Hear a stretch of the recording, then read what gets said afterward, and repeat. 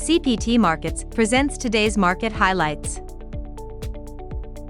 Last week, S&P 500 dipped 0.13%, Dow Jones fell 0.02%, and Nasdaq Composite lost 0.7%. Tech stocks struggled on Friday, with Amazon and Microsoft down over 2%. Nvidia saw volatility over valuation concerns and profit-taking, ending the week up 0.4%.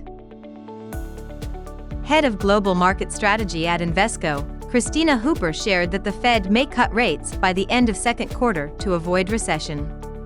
Despite high inflation, she forecasts a 0.75 to 1% cut by year-end. This week, major central banks will decide on borrowing costs for 6 top-traded currencies. Thereby, investors may focus on Fed's easing policy and whether BOJ will end the negative rate policy.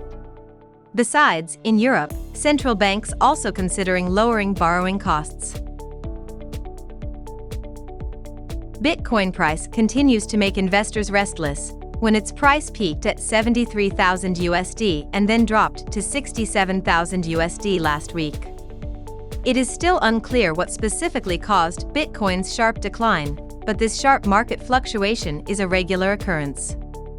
If calculated from the beginning of 2024, Bitcoin still increase about 60%. Today's market overview.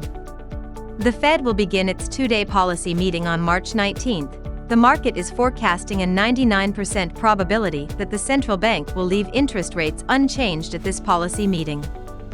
Besides, other world's leading central banks will also make interest rate decisions this week. That's all for today.